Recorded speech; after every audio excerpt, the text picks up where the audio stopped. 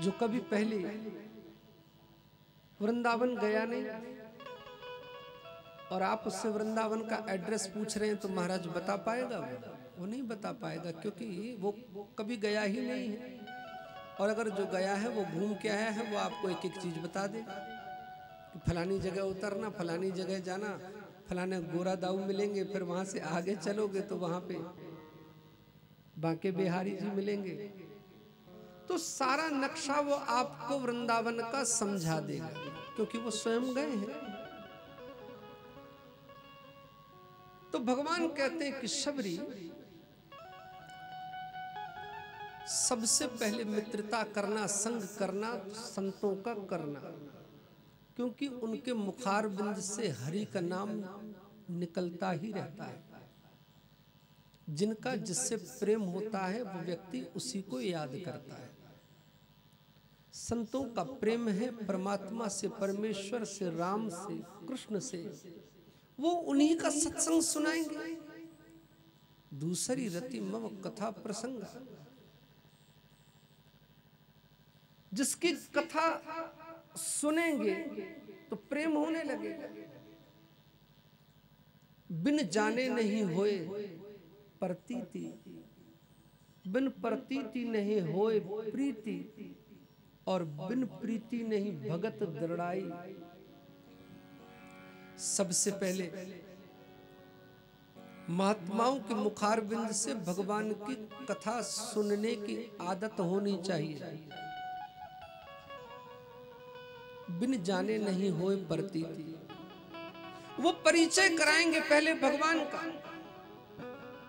और जब भगवान का परिचय आप सुनेंगे तो भगवान से प्रेम हो जाएगा।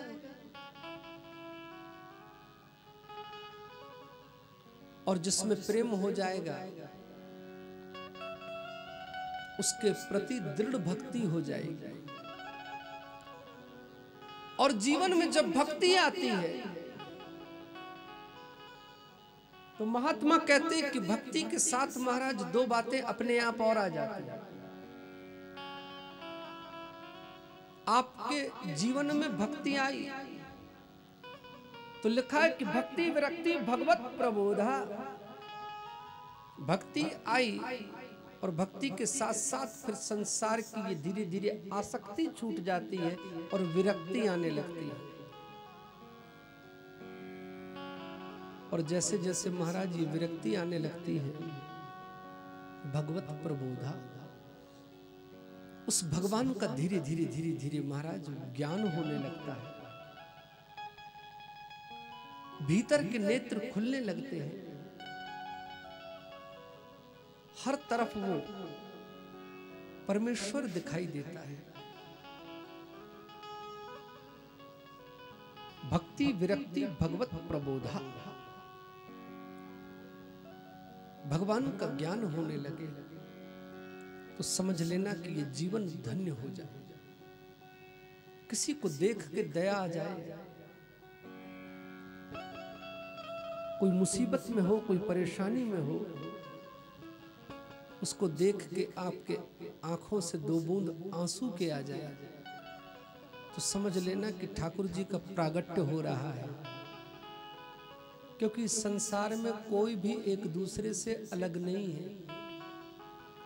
ममैवांसो जीवलोके जीवभूत सनातन, बीजम माम सर्वभूतानां विद्धि पार्थ सनातन। बीजम माम सर्वभूतानां, संसार के प्रत्येक प्राणियों में जो बीज है, हे अर्जुन, वो मेरा ही तो है, मैं ही तो हूं।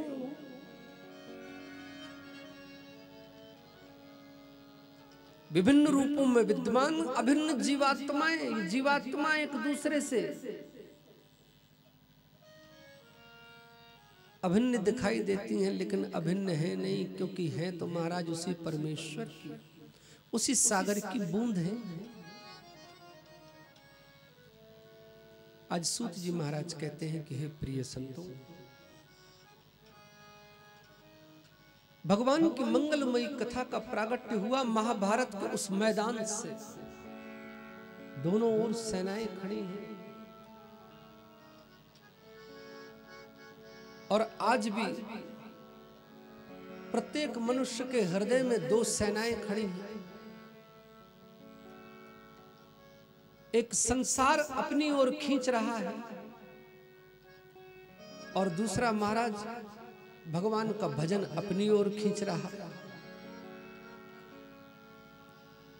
ये देवासुर संग्राम हम सबों के हृदय में चल रहा है।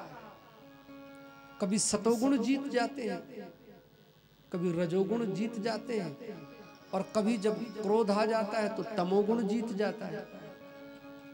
समझते हैं, जानते हैं कि घर में लड़ना झगड़ना क्रोध करना कोई अच्छी बात नहीं है, लेकिन महाराज क्या करें, संभलते संभलते आखिर घर में भी महाराज झंझट हो जाता है। और जब घर में झंझट हो जाता है फिर एक दो दिन के बाद पश्चाताप होता है कि नाहक ही हमने क्रोध में ऐसा शब्द क्यों कह दिया। आखिर है तो मेरी संतान, आखिर है तो मेरा ही परिवार।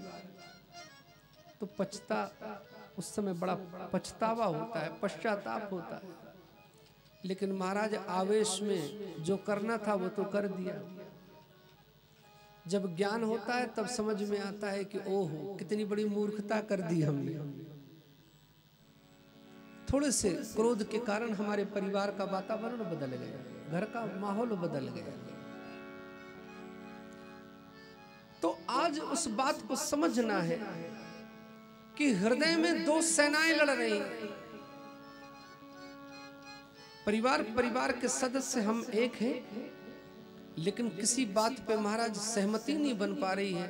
तो आज युद्ध की स्थिति बन गई। कौरव और पांडव आपस में भाई थे, ये अलग नहीं थे, लेकिन यहां महाराज बड़े उसूलों का झगड़ा है। धर्म क्षेत्रे कुरुक्षेत्रे समवेता युयुत्सवः मामकः पांडवाश्चैव किम कुर्वत संजय। एक धर्म क्षेत्र है, दूसरा कुरुक्षेत्र है। एक तरफ धर्म है, यत्र योगेश्वरः कृष्ण यत्र पार्थो धनुर्धर। एक तरफ ठाकुर जी हैं और एक तरफ महाराज ये अभिमानी दुर्योधन है।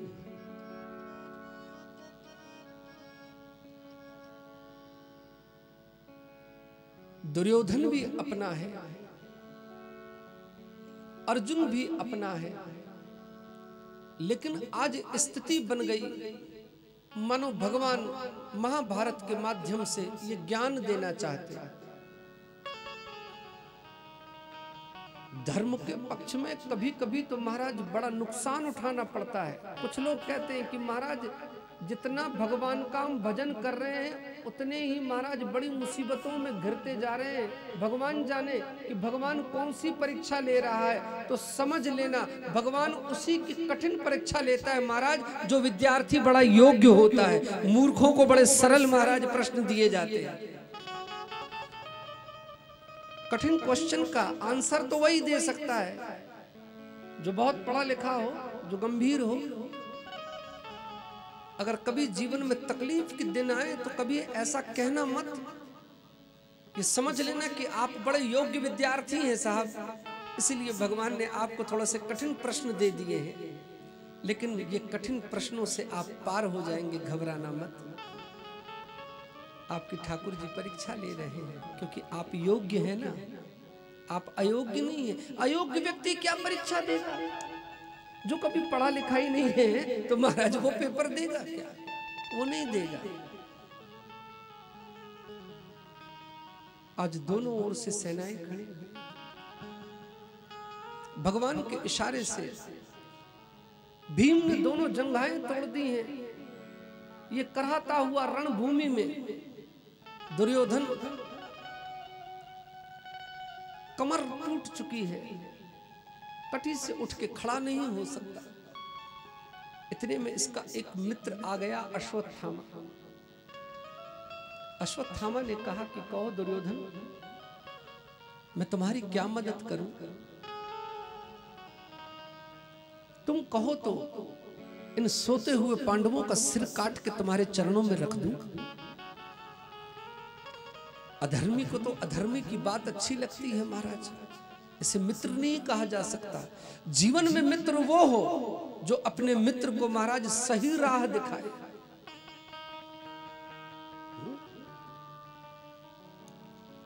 अधर्म का मार्ग दिखा दे।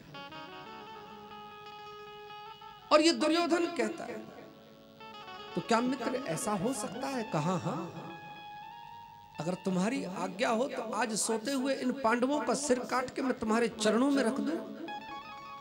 दुर्योधन कहता है कि अगर ऐसा हो जाए तो फिर तो ये हारा हुआ महाभारत हम जीत जाएंगे। जीवन में याद रखिए, अभिमान का अवतार है ये दुर्योधन, और अभिमान मरते मरते हुए भी महाराज कभी झुकता नहीं। रावण टूट गया लेकिन झुका नहीं, दुर्योधन चकनाचूर हो गया लेकिन महाराज अभिमान उसका झुका नहीं। और जीवन में याद रखिए कि अभिमान अगर झुकता टूटता है तो सिर्फ सत्संग से टूटता है।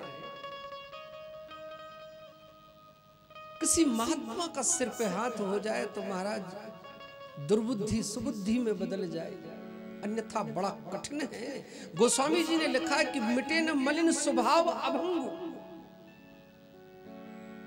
स्वभाव की मलिनता मिटना बड़ी कठिन है। शठ सुधरई सत्संगत पाए। ये जो शठ है ये तो सत्संग पाके सुधर सकते हैं, लेकिन जिनका स्वभाव ही मलिन हो बहुत कठिन है।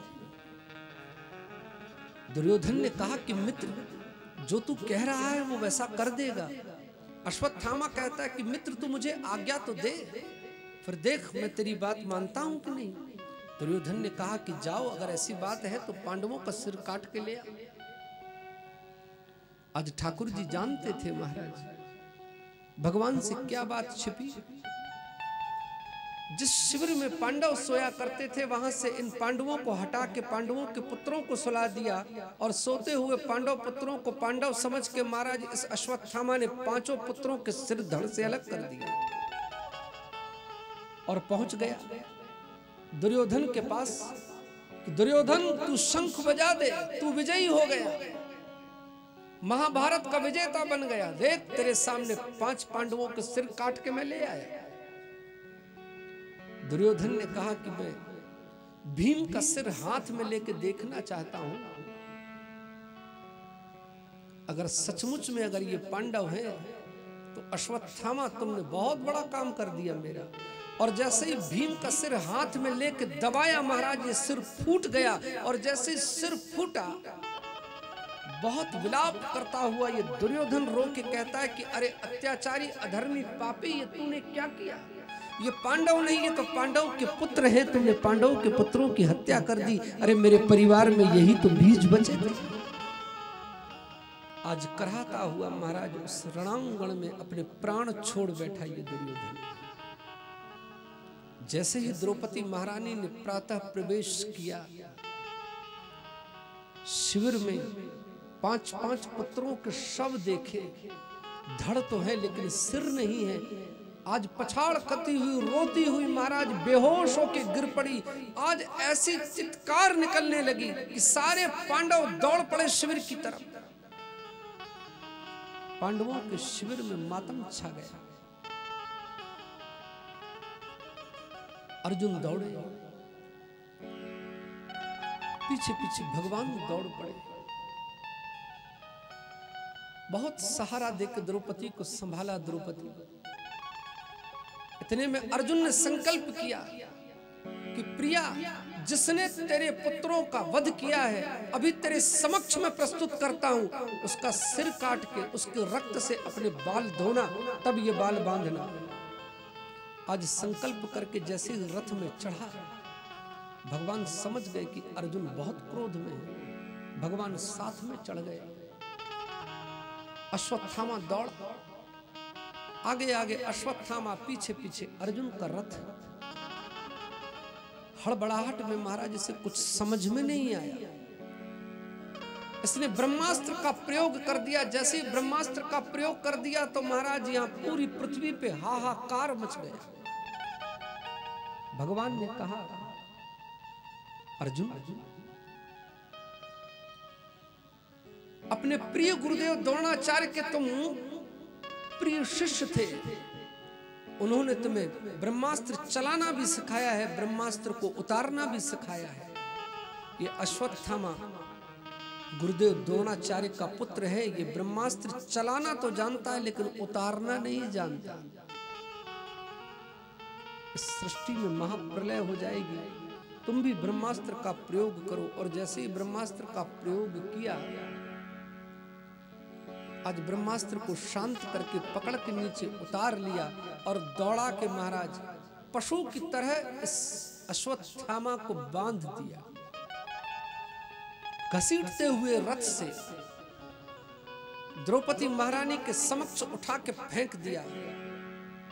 नैनम बंधनात् सती, जैसे ही अपने इन नेत्रों से गुरुपुत्र को देखा, द्रौपदी महारानी के पैर से महाराज ये जमीन खिसक गई।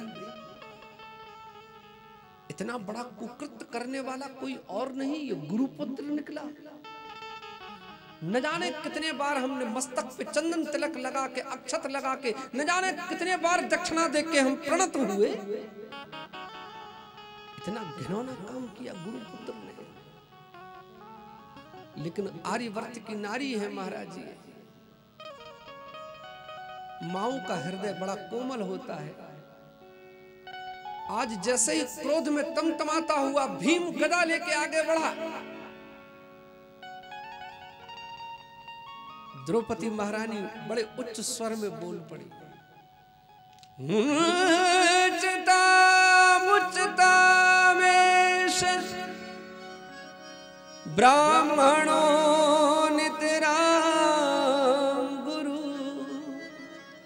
मुचता मुचता मेष ब्राह्मणो नितराम गुरु, मुचता मुचता मेष। हे पतिदेव रुक जाओ, रुक जाओ, छोड़ दो। भीम कहता है कि तुम्हारे पुत्रों का हत्यारा तुम्हारे समक्ष खड़ा हुआ, द्रौपदी तुम कहती हो कि छोड़ दो।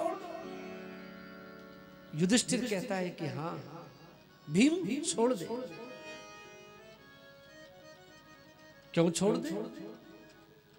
ये भक्ति महारानी द्रौपदी कहती है कि शास्त्र की आज्ञा है कि जब तक पति जीवित है अपनी पत्नी की पालना पति करता है। इन पतियों ने जवाब दिया, द्रौपदी तुम ठीक कह रही हो। तब द्रौपदी ने पूछा कि अगर किसी का पति संसार से चला गया हो तो उस स्त्री को पालने वाला उसका पुत्र होता है। इन्होंने कहा हाँ बिल्कुल ठीक है। तब द्रौपदी ने कहा कि अश्वत्थामा के पिता को गुरु द्रोणाचार्य महाराज को तो आपने पहले ही मार दिया है, इनकी मां के बारे में तो विचार करो। अगर इनका पुत्र भी मार दोगे तो महाराज जी इनकी मां को पालेगा कौन? और मैं नहीं चाहती कि इस जगत की एक स्त्री अगर अपने संतान के लिए रो रही है तो मैं नहीं चाहती कि कोई दूसरी स्त्री अपने संतान के लिए रोए। हे पतिदेव आप छोड़ दीजिए, मुझे संभालने के लिए आप 5 पति हैं, लेकिन विचार तो करें कि अगर आपने इसके पुत्र का वध कर दिया तो इसकी मां को कौन संभालेगा? आज तमतमाते हुए अर्जुन महाराज ने जैसे ही देखा, भगवान ने ज्ञान दिया, ब्रह्म बंधुर्न हंतव्य आतताई वधारण।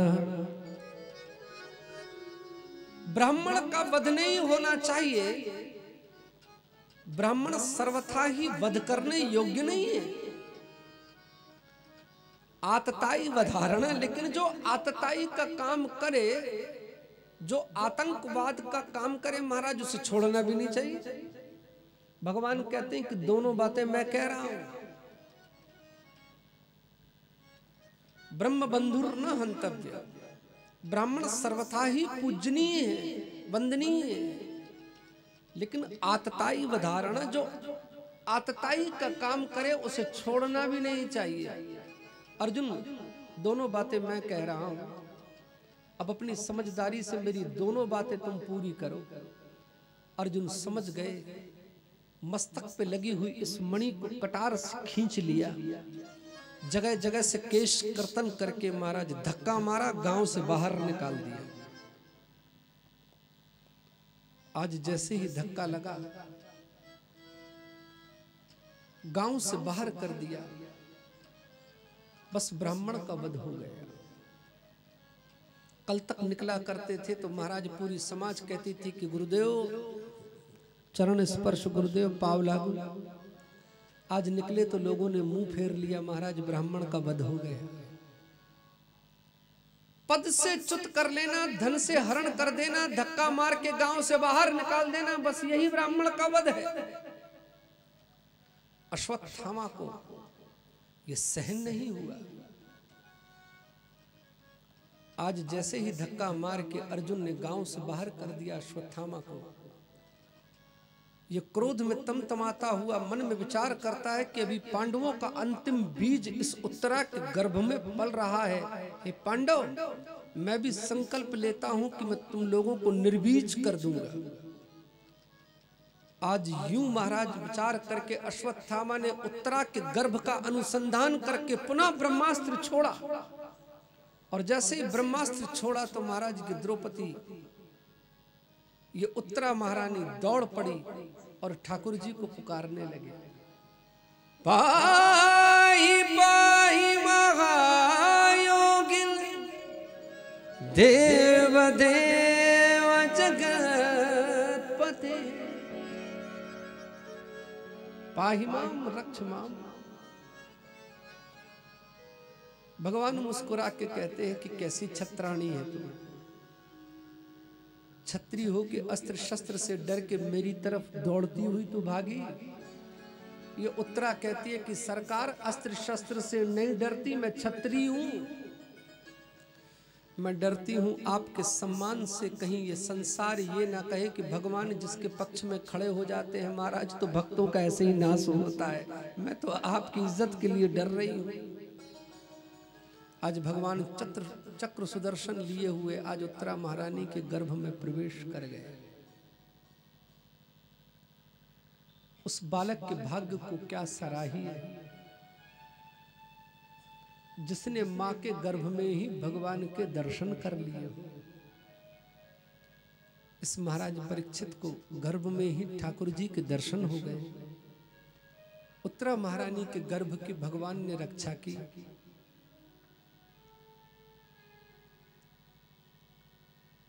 आज सबका तिल तर्पण करने के बाद ठाकुर जी को याद आ गई अपने द्वारका की, और जैसे ही ठाकुर जी आज रथ में आरूढ़ होके द्वारका जाने लगे तो ये ज्ञान हुआ कुंती महारानी को कि भगवान छोड़ के जा रहे हैं हम। ये कुंती महारानी सामने से आके खड़ी हो गई और दोनों हाथ जोड़ के महाराज प्रार्थना करने लगे, कृष्णाय वासुदेवा देवकी नंदनाय च नंद गोप कुमारा गोविंदाय नमो नमः। हे कृष्ण, मैंने सुना है कि तुम जा रहे हो। हाँ बुआ, क्या करूं, मेरा काम हो गया। तेरे 5 पुत्र विजयी हो गए, इस पृथ्वी के अखंड सम्राट हो गए। अब मेरा काम खत्म हो गया। जब मेरे भक्त के ऊपर कोई मुसीबत आती है तब मैं दौड़ के चला जाता हूं, और जब मेरे भक्त के जीवन में खुशहाली आ जाती है तब मैं फिर अपना काम करने लगता हूं। तकलीफ के दिन थे, मुसीबत के दिन थे, तो हे बुआ मैंने तुम्हारे इन बालकों को संभाला, लेकिन अब तुम्हारे पुत्र इस पृथ्वी के अखंड सम्राट हो गए।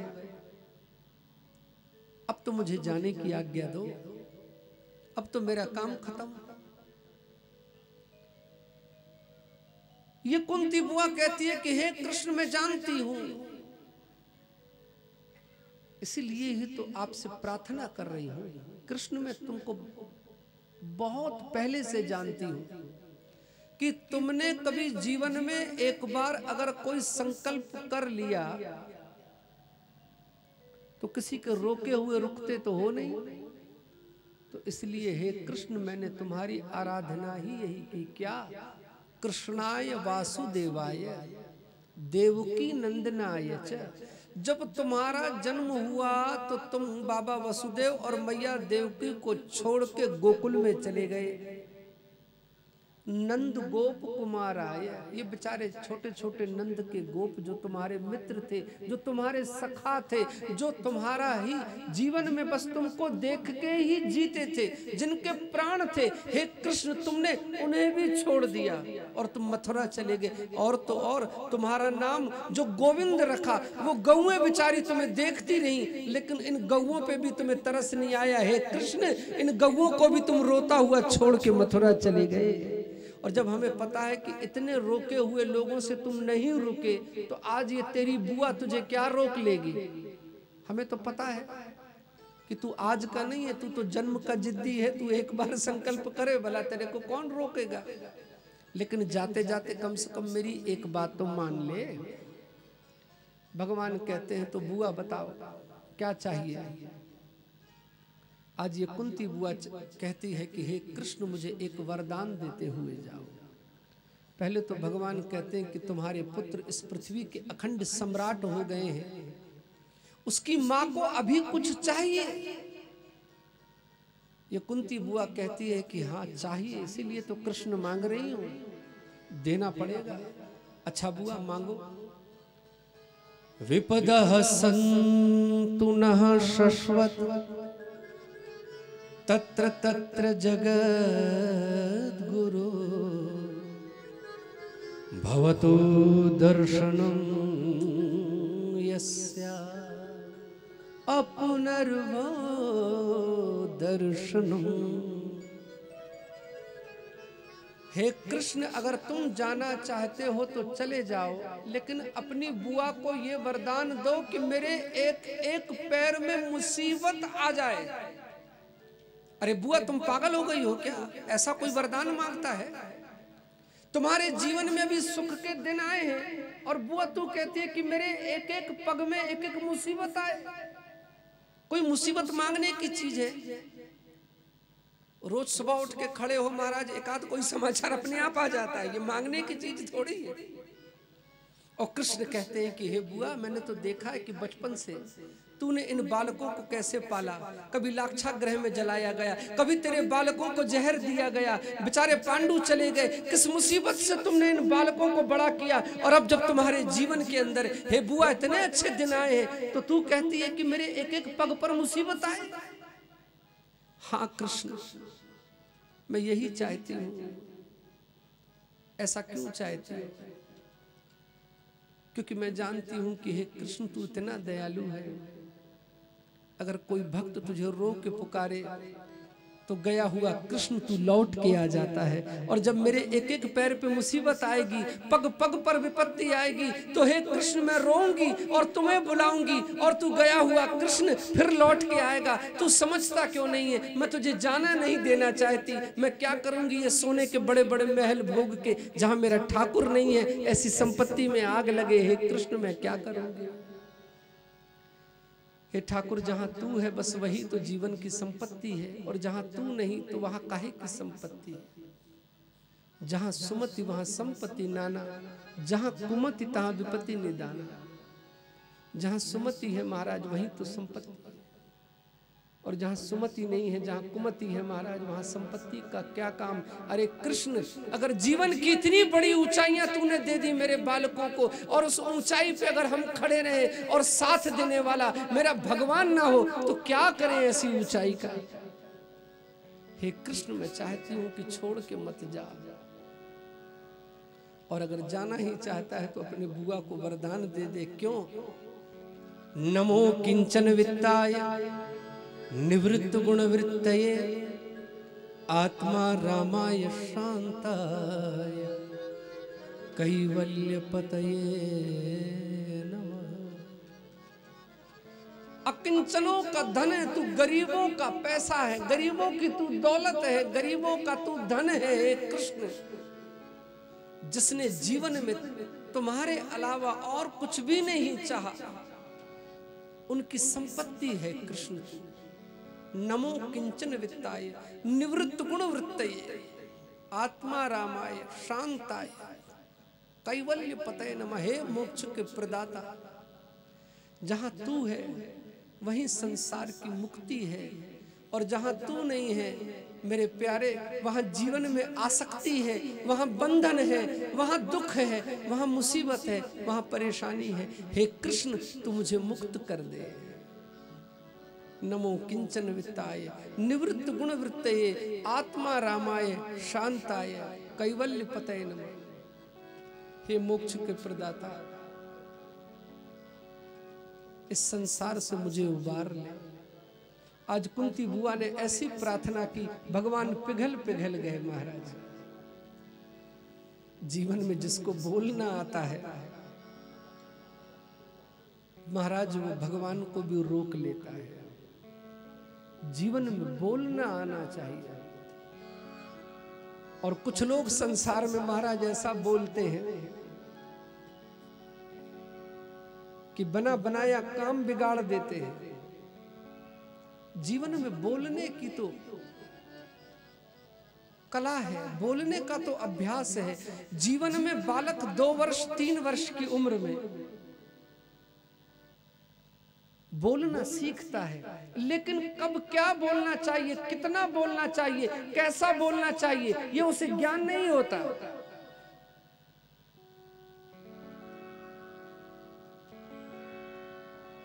एक राजा साहब ने एक महल बनवाया।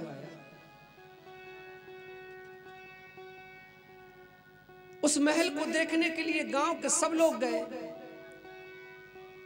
और अगर कोई नहीं गया तो वहां का मुखिया नहीं गया। राजा साहब को अच्छा नहीं लगा कि सब देखने के लिए आए, मुखिया नहीं आया। राजा साहब ने सामने से खबर भेजी, क्यों मुखिया, क्या बात है? सब लोग देखने के लिए आए मेरा महल, क्या मेरा नया महल तुम्हें नहीं देखना? महाराज ये गए, पूरा महल घुमाया राजा साहब ने और पूछ लिया कि बताओ ये महल कैसा लगा?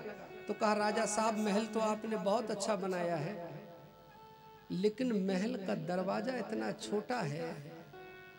मैं मन में विचार कर रहा हूं कि अगर किसी दिन अगर आपकी मौत हो जाएगी, आप मर जाएंगे, तो आपको महल के बाहर कैसे निकालेंगे? राजा साहब ने कहा कि इस मुखिया को बंद कर दो। एक तो मैं इसको अपना महल घुमा रहा हूं और ये मेरे मरने की कामना कर रहा है, इसको बंद कर दो। जब ये महाराज अपने घर नहीं पहुंचा तो दूसरे दिन इसकी धर्म पत्नी पहुंच गई।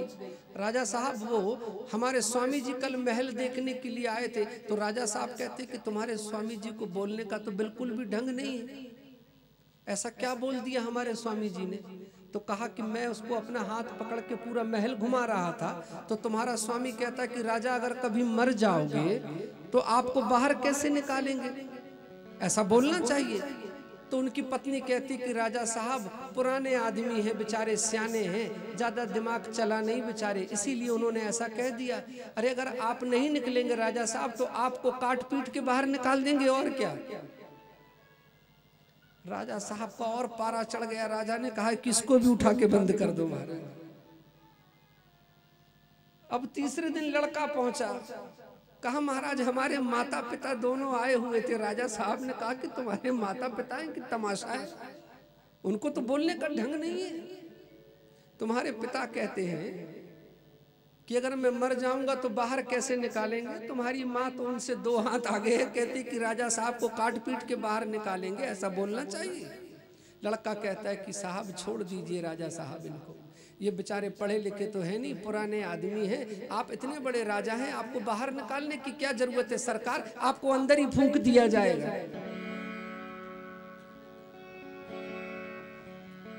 जीवन में महाराज ऐसे लोगों को बोलने की कला होती है कि क्या कहें।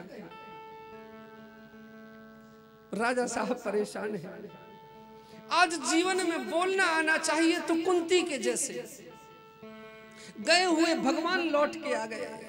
ये कुंती कहती है कि हे कृष्ण, जहां तू नहीं वहां जीवन का क्या फायदा।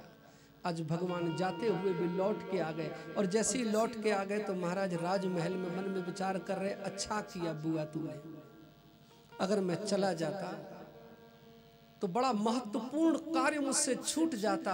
उस समर भूमि में भीष्म पितामह मेरा इंतजार कर रहे हैं, अच्छा किया तुमने। आज भगवान सोच के भगवान की आंखों से टप टप आंसू गिर रहे हैं। युधिष्ठिर महाराज ने देखा कि ऐसा कौन भाग्यशाली है जिसके लिए भगवान रो रहे हैं।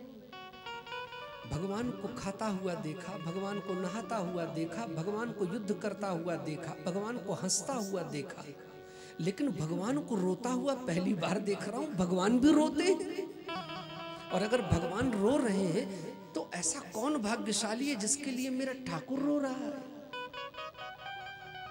आज जैसे ही भगवान की दृष्टि पड़ी तो भगवान बोल पड़े, तुम कब आए।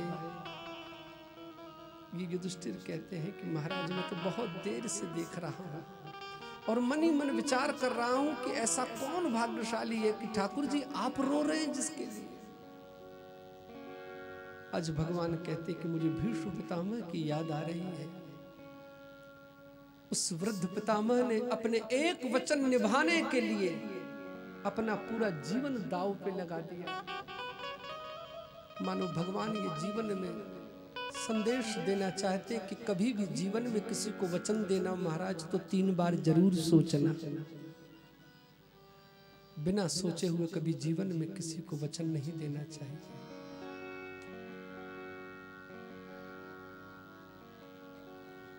आज संतों को लेके, ब्राह्मणों को लेके, राज परिवार को लेके, सबों को लेके भगवान आज समर भूमि में पहुंच गए। 56 दिन से जो अपने मृत्यु का इंतजार कर रहा भीष्म पितामह, शरीर की एक एक बूंद खून की निकल रही है। ये शरीर सूख के कांटा हो गया, आंखों से अश्रुपात निकल रहे कि हे कृष्ण, तुमने कहा था कि हे पितामह जब तुम्हारे जाने का समय होगा, प्राण प्रयाण के समय मैं समक्ष में तुम्हें दर्शन दूंगा। हे कृष्ण तुम कहाँ हो। आज जैसे ही भीष्म पितामह ने देखा, सामने से मुस्कुराते हुए ठाकुर दिखाई दिए। आज भीष्म पितामह के आंसू सब कुछ कह गए। आज इन आंसुओं ने कह दिया कि हे कृष्ण, मैं अपने जीवन के दैनिक कार्य भी संपादित नहीं कर सकता। मेरे अंग अंग में बाण बिधे हुए हैं, बाणों की छैया लेटा हुआ। ये भीष्म पितामह आज इतना निर्बल हो गया कि उठ के खड़े होकर प्रणाम भी नहीं कर सकता। सरकार आप आज भीष्म पितामह के आंसू मानो भगवान को प्रणाम कर रहे हैं। भगवान की वो वीर छवि याद आई। भीष्म पितामह कहते हैं कि हे कृष्ण तुम कितने दयालु हो। अपने भक्तों के लिए तुम क्या क्या नहीं करते। हे कृष्ण मैंने तुम्हारी दयालुता देखी है। एक बार दुर्योधन ने इल्जाम लगा दिया, भीष्म पितामह से कह दिया कि आप हमारे सेनापति हैं लेकिन आप पक्षपात करते हैं, आप पांडवों का पक्ष लेकर युद्ध करते हैं। भीष्म पितामह ने कहा कि सावधान दुर्योधन, मैं अपना कार्य ईमानदारी से कर रहा हूं। अगर आप अपना कार्य ईमानदारी से कर रहे हैं तो अब तक एक भी पांडव क्यों नहीं मारा गया।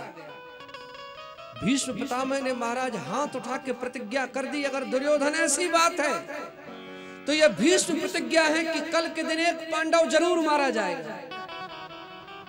और जब आज भीष्म महाराज ने हाथ उठा के प्रतिज्ञा करी तो पांडवों के खेमे में खलबली मच गई। महाराज ये मामूली प्रतिज्ञा नहीं है, यह भीष्म पितामह की प्रतिज्ञा है। और हमेशा भीष्म पितामह का सामना महाराज युद्ध में अर्जुन से होता था। आज भगवान की नींद उड़ गई, भगवान दौड़ते हुए गए, अर्जुन कहाँ है मेरा। तो अर्जुन महाराज शैया पे आनंद के साथ खर्राटे मार रहा। भगवान ने उठाया, उठो उठो, क्या कर रहे हो, तुमने भीष्म पितामह की प्रतिज्ञा नहीं सुनी, तुम सो रहे हो। ये अर्जुन कहते हैं कि महाराज वो आप जानिए, ये मेरी हेडेक नहीं है, ये आपकी सिरदर्दी है। क्यों?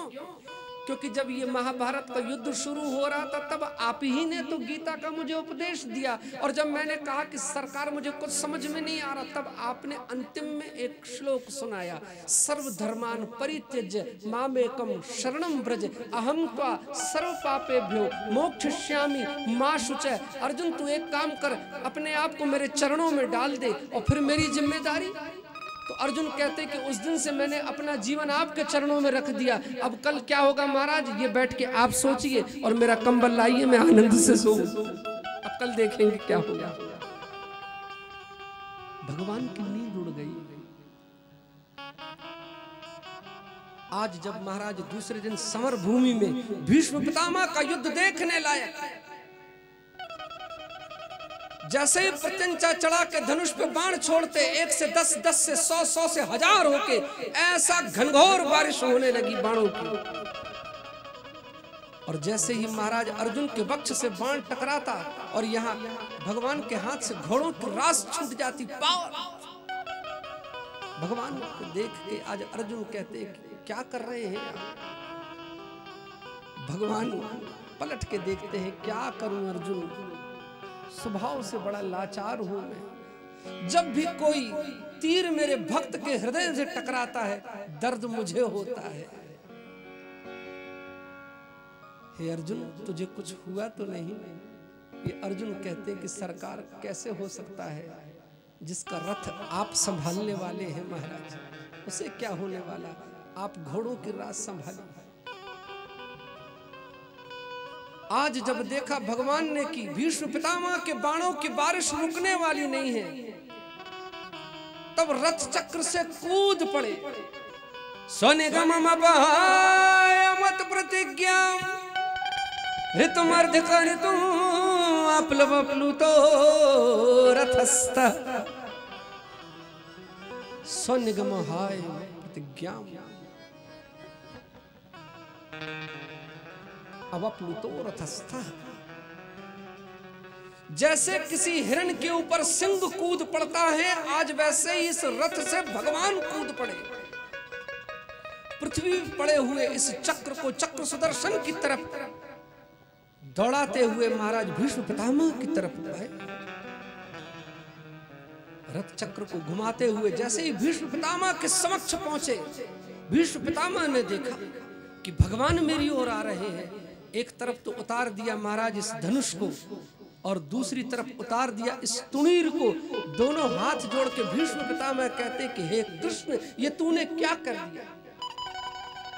महाभारत शुरू होने से पहले तूने वचन दिया था कि इस महाभारत के मैदान में मैं अस्त्र शस्त्र नहीं उठाऊंगा। हे कृष्ण तुमने शस्त्र उठा लिया। आज मुस्कुराते हुए कृष्ण कहते हैं कि अरे भीष्म पितामह तुमने भी तो प्रतिज्ञा की थी कि अगर कृष्ण तुमने प्रतिज्ञा की है कि मैं शस्त्र नहीं उठाऊंगा, तो ये भीष्म प्रतिज्ञा कर रहा है कि गंगा का पुत्र भीष्म नहीं, हे कृष्ण अगर मैंने तुमसे शस्त्र ना उठवा लिया। भगवान कहते कि तुम्हें याद है अपना वचन? भीष्म पितामह कहते हैं। तो भगवान कहते कि मेरा संकल्प मेरा विकल्प मेरी क्या, मैं तो अपने भक्तों के लिए जीता हूं। मेरा संकल्प रहे ना रहे, लेकिन मेरे किसी भक्त का संकल्प छूट जाए टूट जाए तो मुझे बहुत दर्द होता है। हे पितामह आज तेरा संकल्प पूर्ण करने के लिए, आज भीष्म पितामह कहते हैं कि हे कृष्ण मैं समझ गया, आज आपने मेरा संकल्प पूर्ण करने के लिए महाराज अपनी बात से आप पीछे हट गए। प्रबल प्रेम के पाले पड़ के प्रभु को नियम बदलते देखा। भगवान अपना नियम बदल देते हैं भक्तों के लिए। महाराज भगवान कहते हैं मेरा क्या संकल्प मेरा क्या विकल्प, मेरा जीवन तो भक्तों के लिए है। मैं तो जीता अपने भक्तों के लिए हूं, मेरा पूरा जीवन ही भक्तों के लिए है। मेरे जीवन का यही एक संकल्प है।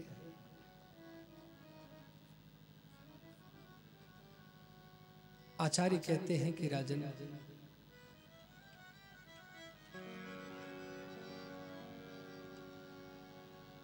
आज ये भीष्म पितामह अपने मन ही मन में परमेश्वर की अभ्यर्था करने लगा, प्रार्थना करने लगा और मन से कहने लगा कि मनवा भजले, हे मन तू भजले उस राम का नाम, क्योंकि वही तेरे जीवन का एक आधार है और उसी से ही संसार में शांति है, आनंद है। आज वो अंतिम समय भीष्म पितामह महाराज भगवान का सुमिरन करने लगे। मनवा भजले हरि का नाम, जय जय राम जय सिया राम, बन जाएंगे बिगड़े काम। जय जय राम जय सिया राम, जय राम जय सिया राम। मनवा भजले हरि का नाम, जय जय राम जय सिया राम, बन जाएंगे बिगड़े काम। जय जय राम जय सिया राम। रघुपति राघव राजा राम, पतित पावन सीताराम। मनवा भजले हरि का नाम, जय जय राम जय सिया राम, बन जाएंगे बिगड़े काम। जय जय राम जय सिया राम। रघुपति राघव राजा राम, पतित पावन सीताराम। मनवा भजले हरि का नाम, जय जय राम जय सिया राम, जय जय राम जय सिया राम, जय जय राम जय सिया राम, जय जय राम जय सिया राम।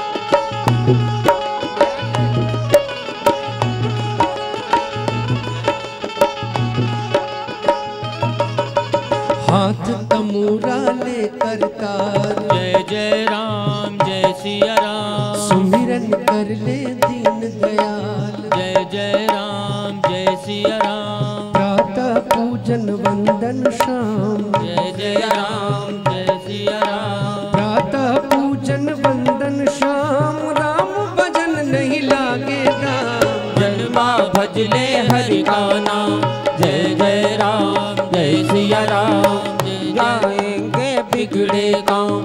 जय जय राम जय सिया राम। रघुपति राघव राजा राम, पतित पावन सीताराम। मनवा भजले हरि का नाम, जय जय राम जय सिया राम, जय जय राम जय सिया राम।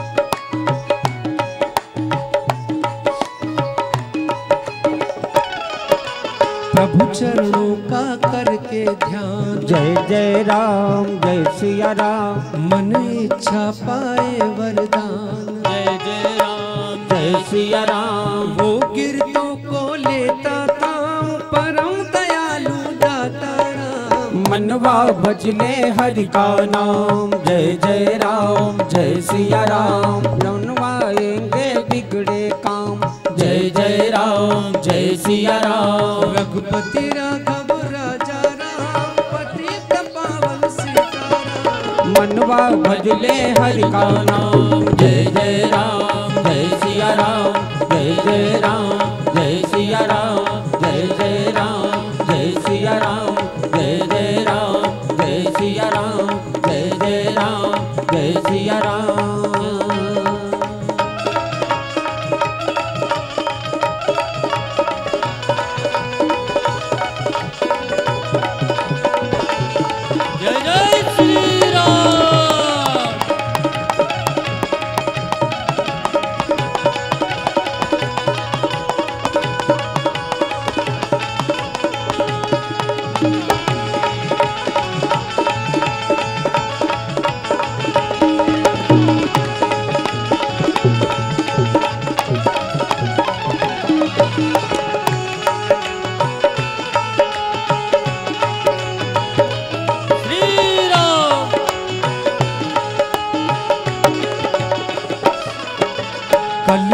केवल नाम आधार। जय जय राम जय सिया राम, सुमर सुमर नर उतरे पार। जय जय राम जय सिया राम। भव चालक है हरि का नाम, सांझ सवेरे आठों याम। मनवा भजले हरि का नाम, जय जय राम जय सिया राम। बन जाएंगे बिगड़े काम, जय जय राम जय सिया राम। रघुपति राघव राजा राम, पतित पावन सीताराम। मनवा भजले हरि का नाम, जय जय राम जय सिया राम। मनवा भजले हरि का नाम, जय जय राम जय सिया राम। बन जाएंगे बिगड़े काम, जय जय राम जय सिया राम।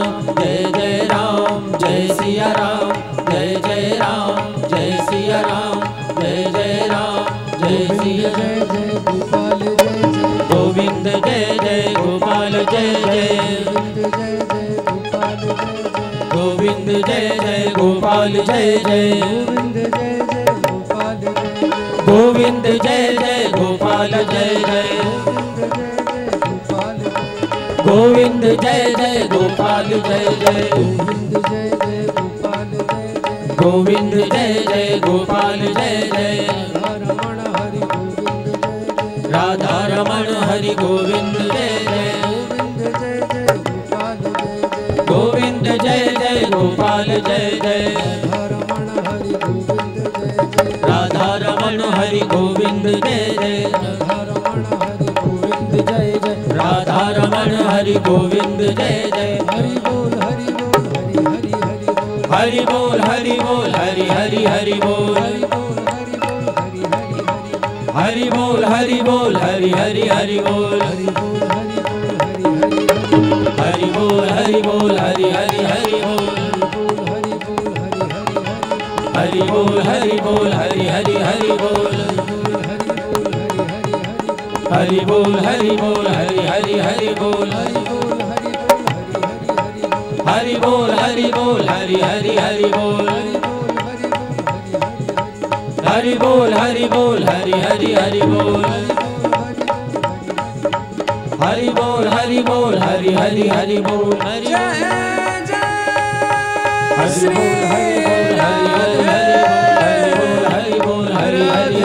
हरि बोल हरि बोल हरि हरि हरि बोल। श्री राम। मनवा भजले हरि का नाम, जय जय राम बन जाएंगे तेरे काम। जय जय राम। परम निरंजन दाता राम, रघुपति राघव सीताराम। वाह वाह। मनवा भजले हरि का नाम। श्री राम जय जय श्री राधे।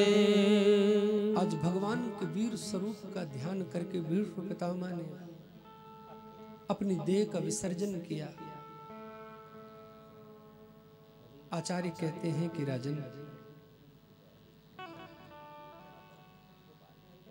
भगवान ने जितने भी योद्धा थे सबका तिल तर्पण कराया, पिंडदान किया और साथ में अर्जुन महाराज को लेके वहां से चले गए।